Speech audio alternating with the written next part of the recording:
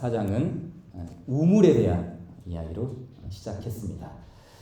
우물에 대한 이야기는 목마름이죠. 목이 마름, 갈증에 대한 이 목마름이 핵심이지 않았습니까? 예수님이 목이 마르셨죠. 예수님께서 목이 마르셨기 때문에 우물가로 가셨죠. 여자에게 말을 건네죠. 물 좀 주실 수 있겠어? 여인이 말하죠. 당신은 어찌 유대인으로서 어찌하여 사마리아 여자인 나에게 물을 달라 하십니까? 그러니까 여인에게 있어서 예수님은 단지 낯선 사람, 낯선 이방인, 낯선 유대인, 낯선 남자 뿐이었죠. 그러나 예수님은 진짜 목마른 사람이 누구인지 아셨습니다. 예수님이 목마르셨지만, 그리고 우물가로 찾아왔지만 진짜 목마른 사람이 누구인지 아셨습니다. 좀 생각해 보십시오. 만약 예수님께서 그냥 단지 목을 축이는 것이 이 더운 낮에, 그리고 그 햇볕이 내리쬐는 그 유대 팔레스타인 땅 정오 시간에 단지 목이 마르셨다면 그냥 물만 축이고 자기 갈 길을 가지 않았겠습니까? 그러나 예수님은 자신의 목마름을 해결하는 것이 아니라 여인의 목마름을 해결하고자 했습니다. 이것이 요한복음 4장의 주된 핵심 포인트죠. 자, 근데 오늘 본문을 말씀 보게 되면 이제 일종의 전환이 일어납니다. 분명 대화의 주제는 물이었어요. 목마름이었어요. 하지만 갑작스럽게 주제가 바뀌죠. 4장 20절 말씀이죠. 우리 조상들은 이 산에서 예배하였는데 당신들의 말은 예배할 곳이 예루살렘에 있다 하더이다. 그러니까 대화의 그 화두를 예배로 전환했습니다. 왜 그렇습니까? 왜 갑자기 예배가 튀어나왔습니까? 이 여인에게 있어서 자신의 그 치부가 드러났잖아요. 그러니까 가서 네 남편을 불러와라. 저는 남편이 없습니다. 그래, 네가 남편이 없다 하는 말이 참되더라. 네가 남편 5 있지만 그 남편, 지금 있는 그 남편도 너 진짜 남편이 아니다. 여인이 깜짝 놀라죠. 와, 내가 보니 당신은 선지자이십니다. 그러니까 사마리아 여자는 자기의 치부가 드러난 걸 감추고 싶었어요. 당신은 나에 대해서 너무 자세히 알고 계세요. 남편 이야기 이제 그만하세요. 다른 이야기 하죠. 그러면서 이 예배에 대한 이야기로 전환을 바꾼 것이죠. 하지만 주제가 바뀐 것은 오히려 더 좋은 일이었어요. 왜 그렇습니까? 사마리아 여인의 진짜 문제는 남편 문제가 아니었기 때문입니다. 여인은 목이 말랐습니다. 영적으로 갈급했습니다. 남자를 바꾸면 목마름이 해소될 줄 알았습니다. 그러나 여전히 갈급했습니다. 3명을 바꿔도 5명을 바꿔도 목마름은 해결되지 않았습니다. 무엇 때문입니까? 진정한 문제는 예배에 있었기 때문이에요. 예배죠. 바꿔 말해 목마름을 해결할 수 있는 유일한 물줄기는 예배를 회복하는 것이었어요. 자, 오늘 이 사마리아 여인의 진짜 문제, 이 예배와 관련하여 2가지 말씀을 드리겠습니다. 첫째는 인간의 모든 문제는 예배에 있음을 말씀드리겠습니다. 둘째는 어떻게 우리는 이 참 예배를 회복할 수 있는지에 대해서 말씀하겠습니다. 자, 먼저 우리는 무엇을 예배하는지 살펴야 합니다. 자, 기독교인들에게 익숙한 표현 중에 하나가 바로 이 예배이지 않습니까? 우리는 교회에 간다라는 말도 사용하지만 예배하러 간다. 또 우리 옛날 어른들은 예배 보러 간다. 이런 말들을 종종 쓰지 않았습니까? 예배는 기독교만의 종교 의식으로 여긴 것이죠. 자, 물론 예배는 기독교가 자주 사용하는 것이죠. 그러나 좀 사실 꼼꼼히 따져보면 다른 종교에도 예배가 있죠. 그렇죠? 불교는 예배를 뭐라 그럽니까? 예불. 그렇죠. 그리고 집회를 뭐라 그래요? 법회. 이렇게 우리는 거의 비슷하게 쓰지 않습니까? 예배, 예불, 집회, 그 다음에 법회라고 하죠. 또 뭐 천주교, 미사, 힌두교, 이슬람교 등등 모든 종교들은 자신들만의 표현으로 예배를 합니다. 그러니까 모든 종교에는 뭐가 있어요? 예배 의식이 있다는 것입니다. 자, 그러나 여러분 이제부터 잘 생각해 보십시오. 그럼 예배는 종교에만 국한된 것일까요? 예배는 기독교, 힌두교, 불교, 천주교, 뭐 이슬람교 이런 종교에만 국한된 것이 예배일까요?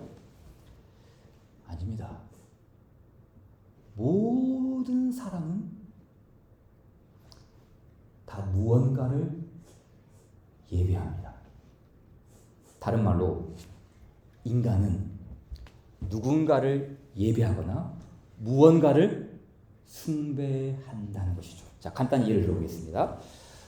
자, 오늘날 우리 시대의 가장 대표적인 사람들의 예배는 무엇입니까? 바로 자기 예배입니다. 자기 예배예요. 그러니까 자신을 높이고 자신을 즐거워하고 자신이 만족해야 하는 것. 이게 뭡니까? 자기 예배예요. 자기 예배.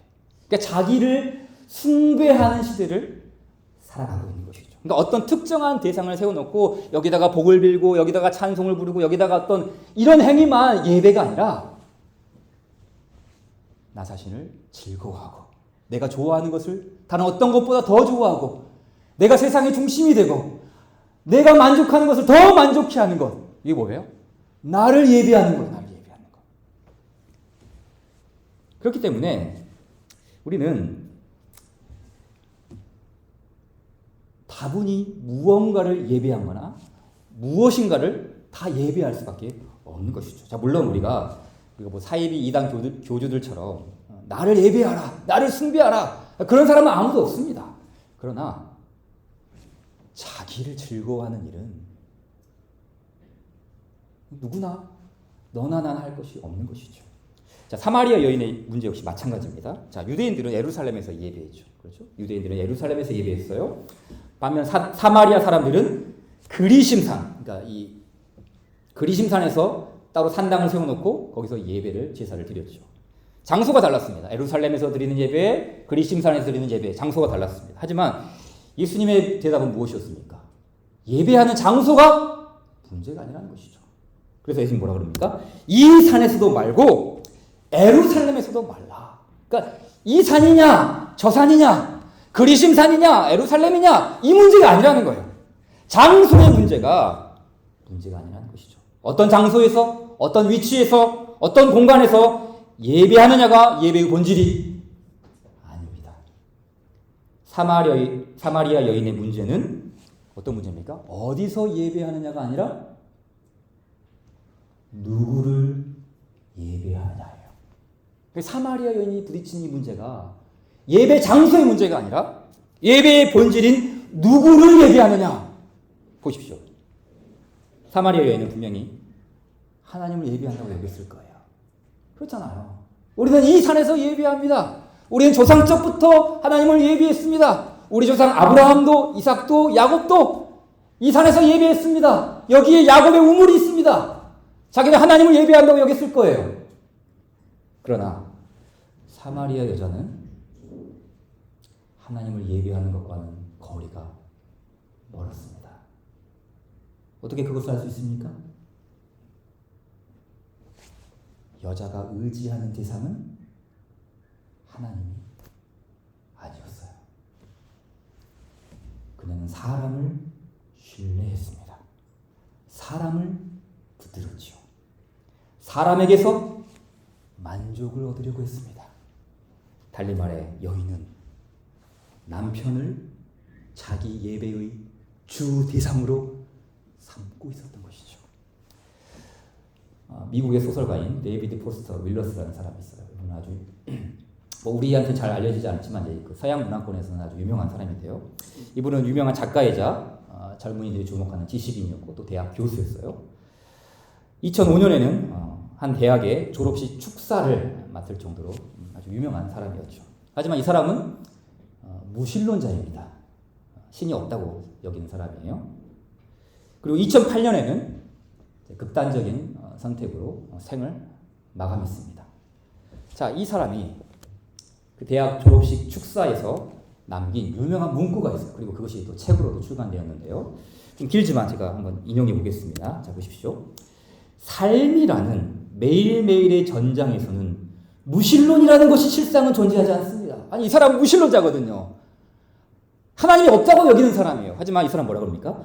무신론이라는 것이 실상은 존재하지 않는다.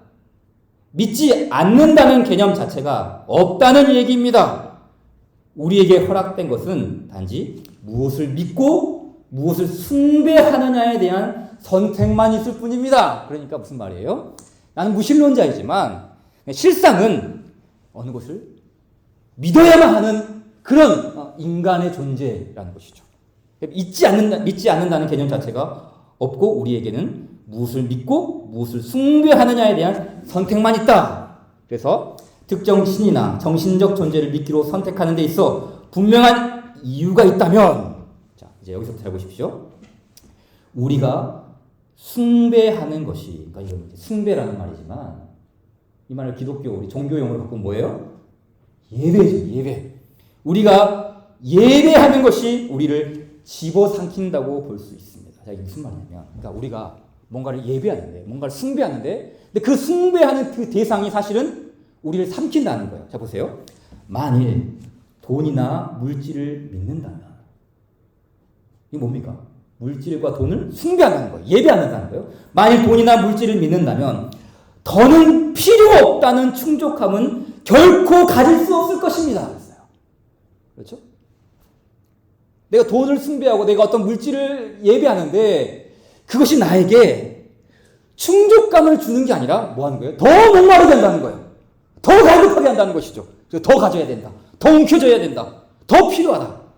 다음, 자기 자신의 육체, 미모, 성적인 매력을 중시하는 사람은, 이것도 뭐예요? 예배하는 사람은, 자기 자신을 숭배하는 사람은 자신이 항상 못생긴 것 같은 느낌에 사로잡힌 채 삽니다.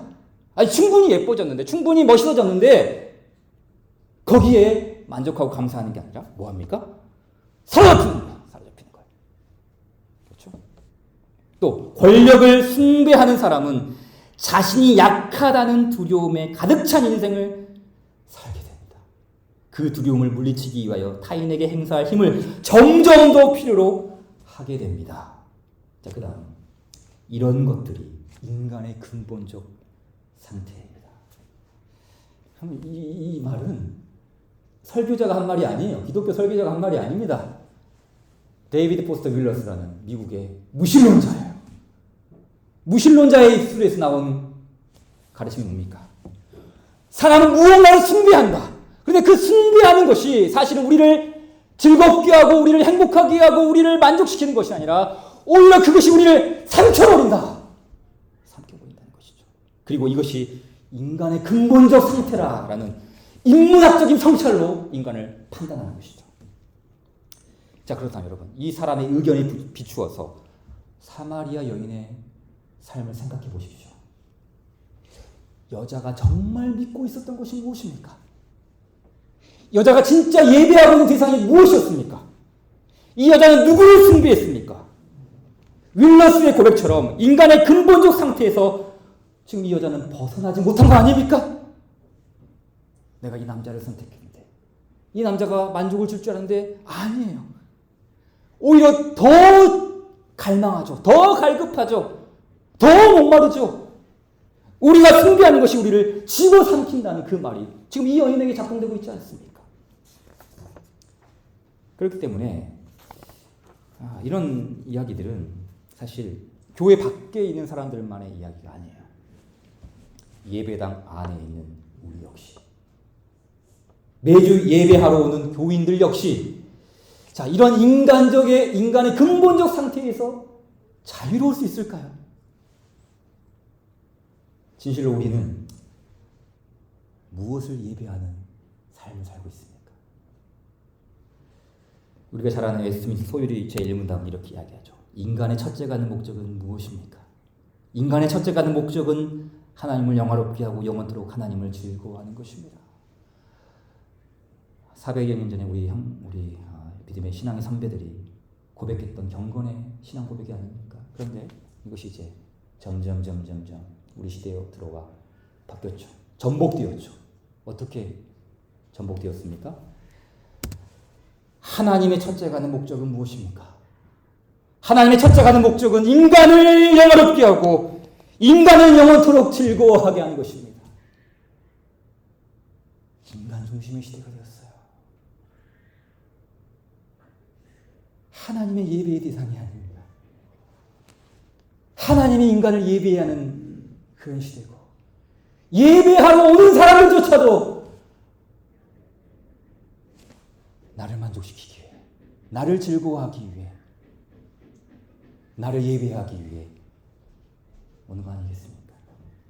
자, 그렇다면 두 번째로, 우리는 어떻게 참 예배를 회복할 수 있을까요? 자, 22절 말씀 보십시오. 제가 읽겠습니다. 22절. 너희는 알지 못하는 것을 예배하고 우리는 아는 것을 예배하노니 이는 구원이 유대인에게서 남이라. 자, 예수님은 구원 이야기를 꺼내셨어요. 구원 얘기하셨죠. 여기서 말하는 구원은 뭐 우리가 죽어서 천당 가는 그런 협소한 구원이 아니죠. 여기서 이제 구원이라는 말은 더 넓은 구원, 아주 우주적인 구원, 전 여격을 포괄하는 그런 구원이 아니겠습니까? 그러니까 여기서 말하는 이제 예수님의 구원은 이제 이 여인과 관련하여서는 어떤 겁니까? 그 여인이 사로잡힌 그 인간의 근본적인 고질적인 문제, 목마름을 해결하는 잘못된 예배를 통해서 거기서 집어삼키고 마는 그런 잘못된 예배로부터 구원하는 그런 해결의 목마름을 해결하는 구원도 포함되어 있죠. 자, 그러므로 유대인에게서 구원이 난다라는 이 말은 뭐 사마리아 사람들에게는 구원이 없고 오로지 유대인들, 이 아브라함의 후손들에게만 구원이 있다, 이런 뜻이 아니죠. 여기서 말하는 이 구원이 유대인에게서 난다라는 이 말은, 이 구원은 바로 이 메시아죠. 메시아. 이 아브라함과 다윗의 후손으로부터 오시는 그 메시아 그리스도가 바로 이 참된 구원을, 참된 목마름을, 참된 구원을 우리에게 허락해 준다라는 의미에서 구원은 유대인에게 난다 라고 말하는 거 아니겠습니까? 자, 그 다음 말씀, 주목해야 할 말씀이 있습니다. 자, 제가 요한복음 4장 21절과 23절을 읽겠습니다. 제가 어떤 단어에 강조를 두는지 한번 들어보십시오. 자, 4장 21절, 예수께서 이르시되 여자여 내 말을 믿으라.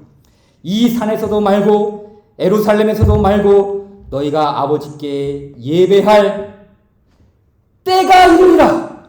23절, 아버지께 참되게 예배하는 자들은 영과 진리로 예배할 때가 오나니 곧 이때라. 아버지께서는 자기에게 이렇게 예배하는 자들을 찾으시느니라. 무엇을 강조했습니까? 때, 그렇죠. 때, 시간, 때죠. 때, 시간이 왔다는 거예요. 무슨 말이에요? 우리의 고질적인 문제를 해결할 수 있는 때가 왔다는 거예요. 온통 잘못된 것을 숭배하고 그걸 숭배하는 것으로부터 인간이 사로잡히는 그 문제를 해소하는, 해결하는 때가 왔다는 것이죠. 그러니까 요한복음은 이 때, 시간, 이 말을 참 많이 사용하는데, 근데 이 때라는 문제가 항상 무엇과 직결되는지 아십니까? 예수님의 구원 사건이죠. 자, 보세요. 요한복음 12장 23절 말씀 보세요. 예수께서 대답하여 이르시되 인자가 영광을 얻을 때가 왔도다. 때, 시간을 말하고 있어요. 그러니까 요한복음 2장에도 나오고 2장에도 때가 이렇게 나오기 시작하는데, 그 때, 인자가 영광을 얻을 때가 왔다. 인자가 사람들의 손에 팔릴 때가 왔다. 여자여 내 때가 아직 이르지 아니하였나이다. 때를 말합니다. 때. 우리의 구원을 위한 그 때를 말하는 것이 아니겠습니까? 예수님께서 하나님의 뜻을 이루는 그 때이죠. 예수님께서 하나님의 진노로부터 인간을 구원하는 그 때이죠. 그리스도께서 성취하신 구원의 은덕을 자기 백성들에게 주시는 그 때입니다. 그러므로 아버지께 참되게 예배할 때가 왔다. 그때가 바로 지금이다. 지금이 바로 그때다. 너희의 목마름을 해결시키는 그때가 이르렀다. 인간의 고질적인 목마름을 해결할 수 있는 그때가 왔다. 라는 사실을 지금 이 사마리아 여인에게 강조하고 있는 것이 아니겠습니까?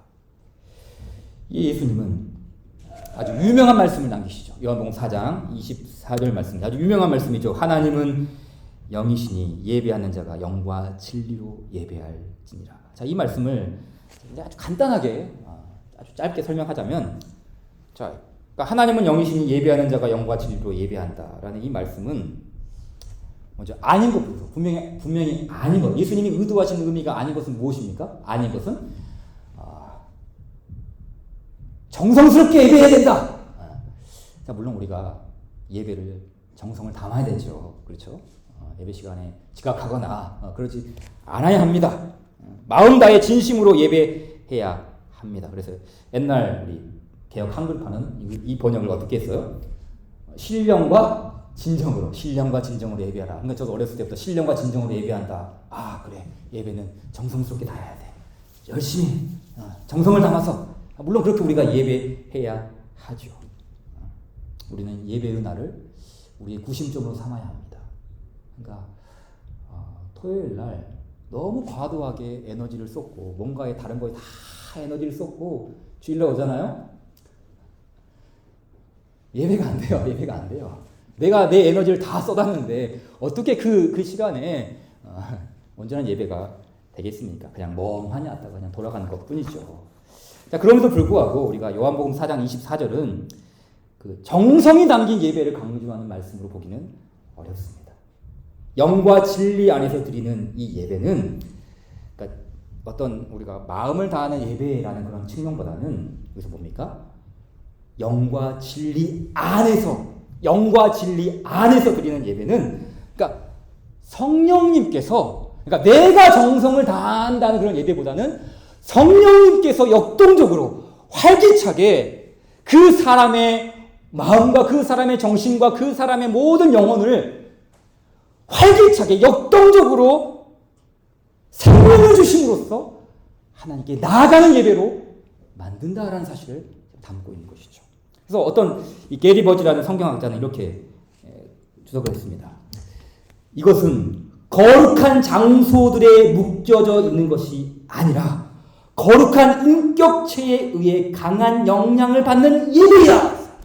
그러니까 예배의 문제는 장소의 문제가 아니라잖아요. 그러니까 어떤 장소에 의해서 우리가 예배에 의해 영향을 받는 게 아니라 거룩한 인격체, 영이신 성령님, 영과 진리의 영이신 성령님, 그 거룩한 인격체이신 성령 하나님께서, 거룩한 하나님이신 성신 하나님께서 예배할 수 없는 사람들, 다른 것에 묶여있고 다른 것을 숭배하며 온통 잘못된 것에 예배해야 하는 이 잘못된 인생들에게 강한 영향력을 베풀어 주심으로 생명을 주시는 그 성령님에 의해 온전한 예배, 하나님을 기뻐하는 예배, 하나님을 찾아가는 참된 예배를 드릴 수 있도록 강한 영향을 주는 예배를 이끌으신다는 사실을 가르쳐주는 거 아니겠습니까? 그 강력한 예배를 경험하는 것이죠. 생명을 주시는 성령 하나님에 의해서요.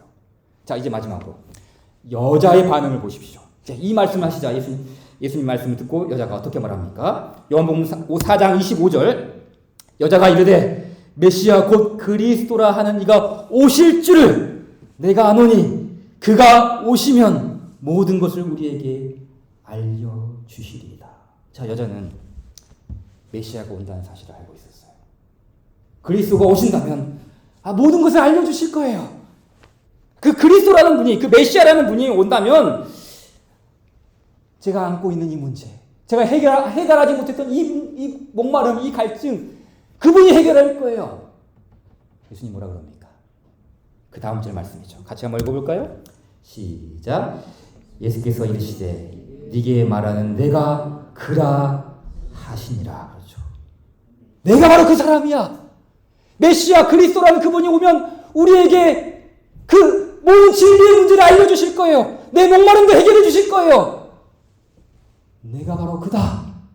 근데 이 내가 바로 그다라는 말이 이제 헬라말로 에고에이미라는 말이에요. 이 말은 아주 중요하기 때문에 우리가 이거는 좀 기억할 필요가 있어요. 에고에이미. 나다. 내가 그다.